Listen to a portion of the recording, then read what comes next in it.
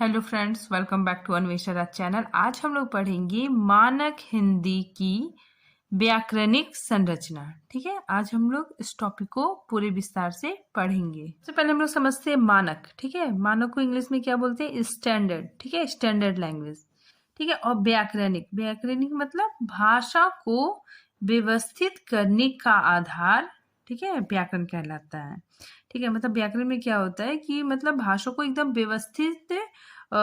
व्यवस्थित ढंग से मतलब क्रम से रखा जाता है। ठीक है, अब देखिए यहाँ पे मानक शब्द को हम देखेंगे कि ऐसे नियम जो कि भाषाविदों द्वारा उसको मान्यता मिली हो। ठीक है, मतलब ऐसे नियम जिसको भाषाविदों द्वारा क्या उसको मान्यता प्राप्त हुई हो। ठीक है, उसको स्वीकृति प्राप्त हुई हो, वही क्या कहलाता है? मानक कहलाता है। भाषा का वह रूप जो उच्चारण, रूप, रचना, वाक्य रचना, शब्द रचना, अर्थ, मुहावरे, लोकोक्तियां, प्रयोग तथा लेखन आदि की दृष्टि से सुशिक्षित लोगों द्वारा शुद्ध माना जाता है, उसे क्या कहते हैं? मानक कहते हैं। ठीक है, मतलब क्या होता है इसमें? जो क्या हो, शुद्ध हो और परिनिष्ठित हो। ठीक है, वो क्या कहलाती है? मानक कहलाती है। ठीक है, देखिए मानक हिंदी से तात्पर्य खड़ी बोली से विकसित और नागरी लिपि में लिखी जाने वाली उस मानक भाषा से है। ठीक है, जो उच्च हिंदी हो, जो क्या हो? उच्च हिंदी या परिनिष्ठित हिंदी हो। ठीक है, वही मानक कहलाती है। ठीक है, यही हिंदी भारत की राष्ट्रभाषा, राज्य भाषा तथा संपर्क भाषा है। ठीक है, यही शिक्षा, प्रशासन, वाणिज्य, समाचार पत्र, कला और संप्रेषण का माध्यम है।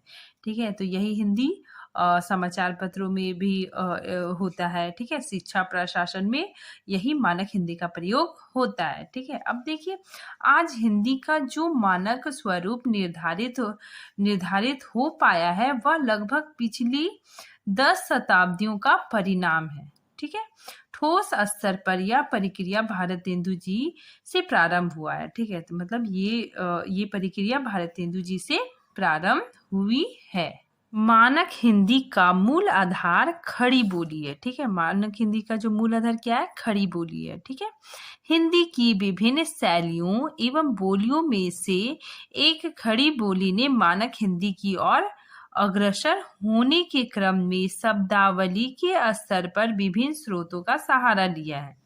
ठीक है, देखिए इन सभी स्रोतों में सबसे प्रमुख संस्कृत के स्रोत हैं। ठीक है, जहां से व्यापक स्तर से तत्सम शब्दों को ग्रहण किया गया है। ठीक है, तो इसका स्रोत कहाँ से? संस्कृत से है और तत्सम शब्दों को वहां से लिया गया है। ठीक है, इसके अतिरिक्त कई विदेशी भाषाओं एवं देसी बोलियों से भी शब्द ग्रहण किए गए हैं। ठीक है, तो हिंदी में मतलब तत्सम शब्दों के अलावे विदेशी शब्द और देसी बोलियों का भी मिश्रण है। ठीक है, अब देखिए मानक हिंदी का स्वरूप। ठीक है, तो मानक हिंदी के 4 स्वरूप होते हैं: ध्वनि स्तर, शब्द स्तर, रूप स्तर और वाक्य स्तर। ठीक है, अब देखिए ध्वनि, हम जानते हैं कि ध्वनि को मतलब 2 भागों में बांटा गया। ठीक है, कौन कौन? स्वर और व्यंजन। देवनागरी लिपि में जो वर्ण है उसको दो दो रूप है। ठीक है, मतलब उसमें क्या है? 2 रूप है। ठीक है, मतलब देवनागरी लिपि में जो भी वर्ण है उसमें क्या है? 2 रूप है। ठीक है, स्वरों के लेखन। ठीक है, यहाँ पे लेखन होगा। स्वरों के लेखन, व्यंजनों पर उसकी मात्राओं के प्रयोग। ठीक है, संयुक्ताक्षरों के लेखन इत्यादि के दोहरेपन को देखकर, ठीक है, कि एक ही सर्वमान स्वरूप की आवश्यकता बहुत समय से अनुभव की जा रही थी। ठीक है, वर्तनी की इस कठिनाई के समाधान हेतु भारत सरकार की शिक्षा मंत्रालय की वर्तनी समिति ने सन 1962 में कुछ उपयोगी नियम लिए। ठीक है, और हिंदी का मानक स्वरूप में निर्धारित किया। ठीक है, तो इसमें यही बताया जा रहा है कि देवनागरी लिपि में क्या था ना, मतलब जो वर्ण थे वो दो दो रूप में पाए जा रहे थे। ठीक है, तो इससे बहुत ही ज्यादा मतलब कठिनाई हो रही थी। इसीलिए भारत सरकार ने क्या किया कि भारत सरकार ने शिक्षा मंत्रालय से वर्तनी समिति के सुधार के कुछ उपयोग करने के निर्णय लिए। अब देखिए यहाँ पे हिंदी के मानक स्वरूप निश्चित किए गए हैं। ठीक है, तो हम लोग सबसे पहले देखते हैं ध्वनि स्तर। ठीक है, देवनागरी लिपि का मानक स्वरूप या फिर ध्वनि स्तर। ठीक है, देखिए ये मानक रूप है। ठीक है, देखिए इसमें स्वर कितने हैं? स्वर आ ई उ री ए ओ औ। ठीक है, और फिर स्वरों की मात्राएं ये सब मानक है। ठीक है, फिर देखिए आ की कोई मात्रा नहीं होती, यह व्यंजन में सम्मिलित होता है। ठीक है, फिर इसमें अंग और आ को रखा गया। ठीक है, व्यंजन में क्या है देखिए क वर्ग। ठीक है, च वर्ग में च छ झ झ यहाँ हो गया, फिर ट वर्ग और प वर्ग। ठीक है, फिर अंतस व्यंजन आया। ठीक है, अंतस व्यंजन में य र ल व है।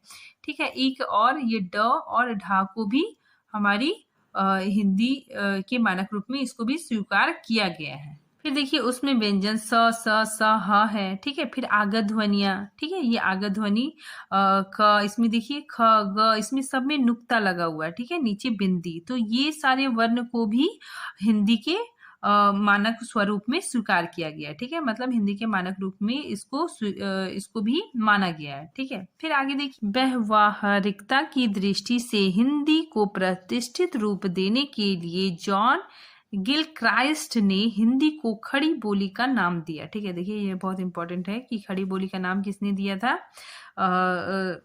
तो जॉन गिलक्राइस्ट ने। ठीक है, और आज से इसे मानक हिंदी कहा जाने लगा। ठीक है, आज से क्या होने लगा? इसे मानक हिंदी कहा जाने लग गया। ठीक है, अब देखिए मानकीकरण का स्पष्ट संकेत सर्वप्रथम एथरिंगटन ने भाषा भास्कर 1871 ईस्वी में किया। मानक भाषा राष्ट्र निर्माण में सहायक होती है। ठीक है, ये जो हमारी जो मानक भाषा है ये राष्ट्र निर्माण में भी सहायक होती है। ठीक है, फिर देखिए शिक्षा मंत्रालय भारत सरकार ने देश के भाषाविदों के सहयोग से वर्तनी के विभिन्न समस्याओं पर विचार विमर्श के उपरांत, मतलब विचार विमर्श के बाद 1976 ईस्वी में हिंदी वर्तनी का मानकीकरण नामक पुस्तक का प्रकाशन किया। ठीक है, तो एक पुस्तक का प्रकाशन किया। ठीक है, हिंदी वर्तनी का मानकीकरण नामक पुस्तक का प्रकाशन किया। ठीक है, जो वर्तमान में यही मानक रूप सर्वमान्य है। ठीक है, तो वर्तमान में यही मानक रूप अभी भी सर्वमान्य है। केंद्रीय हिंदी निर्देशालय ने 1980 ईस्वी में संख्यावाचक, ठीक है, संख्यावाचक शब्दों को भी मान्यता प्रदान की। ठीक है, तो संख्यावाचक शब्दों का मानक रूप निर्धारित किया, जो इस प्रकार है। ठीक है, जैसे कि 1 2 3, ठीक है, 4 5 6 7 8 9 10 11 12 13 14 15 16 17 18 इस तरह। तो ये सारे जो संख्यावाचक है इसको भी हिंदी में मानक रूप प्रदान हो गया। ठीक है, आगे देखिए नेक्स्ट हम लोग पढ़ते हैं शब्द स्तर। शब्द स्तर में क्या आता है? तत्सम, तद्भव, देशज, विदेशज। ठीक है, विदेशज को आगत भी कहते हैं। ठीक है, इसमें क्या होता है? 2 लिंग होते हैं, 2 वचन होते हैं। ठीक है, संस्कृत में 3 है लेकिन हिंदी में 2 लिंग है और 2 वचन है। ठीक है ना। कुछ प्रचलित शब्द देखिए यहाँ पे लिखा हुआ मौजा, लौकी और गंजी। ठीक है, अगर हम इसका मानक रूप देखते हैं तो इसको मौजा को क्या बोलते हैं? जुराब। ठीक है, लौकी को घिया और जो गंजी है जो मतलब जेंट्स लोग पहनते हैं उसको क्या बोलते हैं? बनियान। अब हम लोग देखते हैं रूप स्तर। ठीक है, रूप स्तर में इसको 2 भागों में बांटा गया। एक है विकारी और अविकारी। ठीक है, विकारी क्या होता है?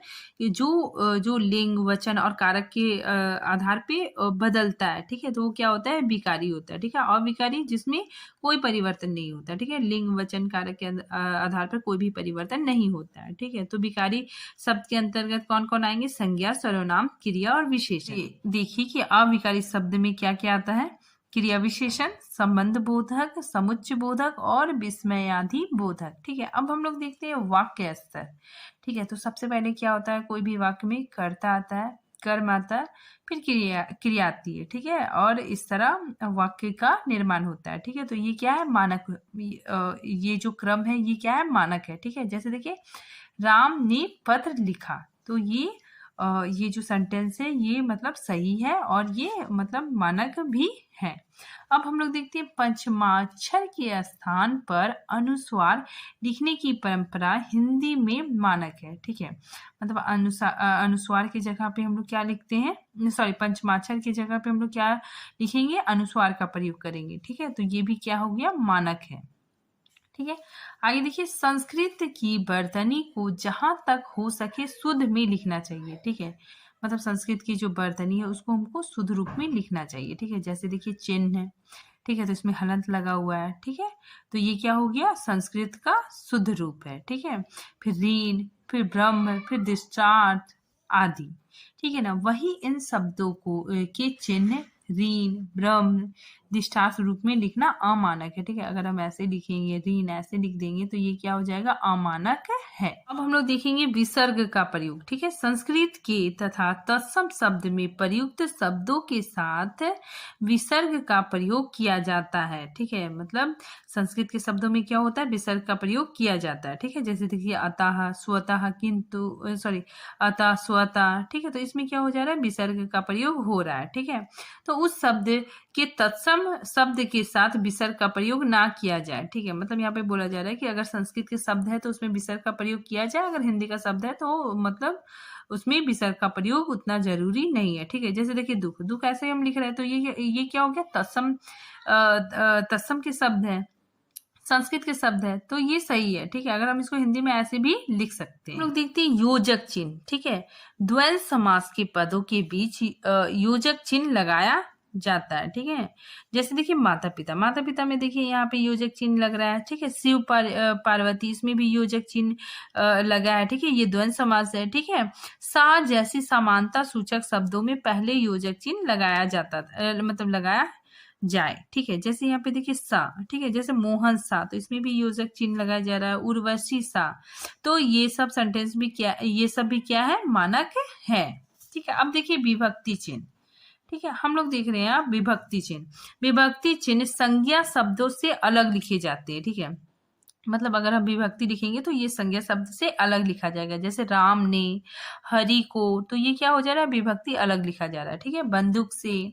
ठीक है, लेकिन किंतु सर्वनाम में, ठीक है, सर्वनाम शब्दों में क्या होता है, किंतु सर्वनाम शब्दों के साथ जोड़कर लिखे जाते हैं। ठीक है, विभक्ति चिन्ह क्या होता है, उसमें जोड़कर लिखा जाता है, जैसे कि तुमसे, तो सा क्या हो गया, इसमें जोड़ के लिखा गया, उनसे। ठीक है, हमको, आपको इत्यादि, तो इसमें क्या है कि सर्वनाम शब्द में विभक्ति चिन्ह जोड़ के लिखा जाता है। ठीक है, आगे देखिए हम लोग देखते हैं क्रिया तथा प्रत्यय। ठीक है, यदि क्रिया के साथ पूर्वकालिक प्रत्यय कर, ठीक है, प्रत्यय कर आए तो उसको मिलाकर लिखना चाहिए। ठीक है, जैसे यहाँ पे खा है, ठीक है, इसमें कर आ रहा है तो पूर्वकालिक क्रिया आ रहा है, तो इसमें क्या हो जाएगा, मिला के लिखना पड़ेगा। ठीक है, जैसे देखिए सोकर, ठीक है, तो इसमें भी क्या हो रहा है कि मिलाकर लिखा जा रहा है। ठीक है, जाग कर, बैठ कर, ठीक है, इत्यादि शब्द क्या होते हैं, इसमें मिलाकर लिखा जाता है। ठीक है, अब हम लोग देखते हैं हिंदी के मानक रूप। ठीक है, देखिए इधर शब्द लिखा हुआ और इधर मानक रूप लिखा हुआ। ठीक है, जैसे देखिए द्वारा, ठीक है, ये मानक रूप नहीं है। ठीक है, इसको द्वारा हम इस तरह लिखेंगे, ये क्या हो गया, मानक रूप। ठीक है, उद्यान, फिर उद्यान में दामे हलंत दिया हुआ। ठीक है, तो ये मानक रूप है। ठीक है, फिर देखिए पांडव, फिर पांडव इस तरह लिखा जा रहा है, तो ये क्या है, मानक है। ठीक है, मिट्टी, पहले ऐसा लिखा जाता था लेकिन ये अब गलत हो गया, ये मानक रूप नहीं है, अब मानक शब्द ये है। ठीक है, आगे देखिए प्रसिद्धि। ठीक है, तो प्रसिद्धि भी चेंज होके मानक रूप में इस तरह लिखा जाने लगा। फिर हो गया खट्टे। ठीक है, तो खट्टे को भी हम लोग इस तरह लिख रहे हैं, तो ये क्या है, मेरे मानक रूप। ठीक है, बस आज का टॉपिक यहीं पे खत्म होता है। Thank you.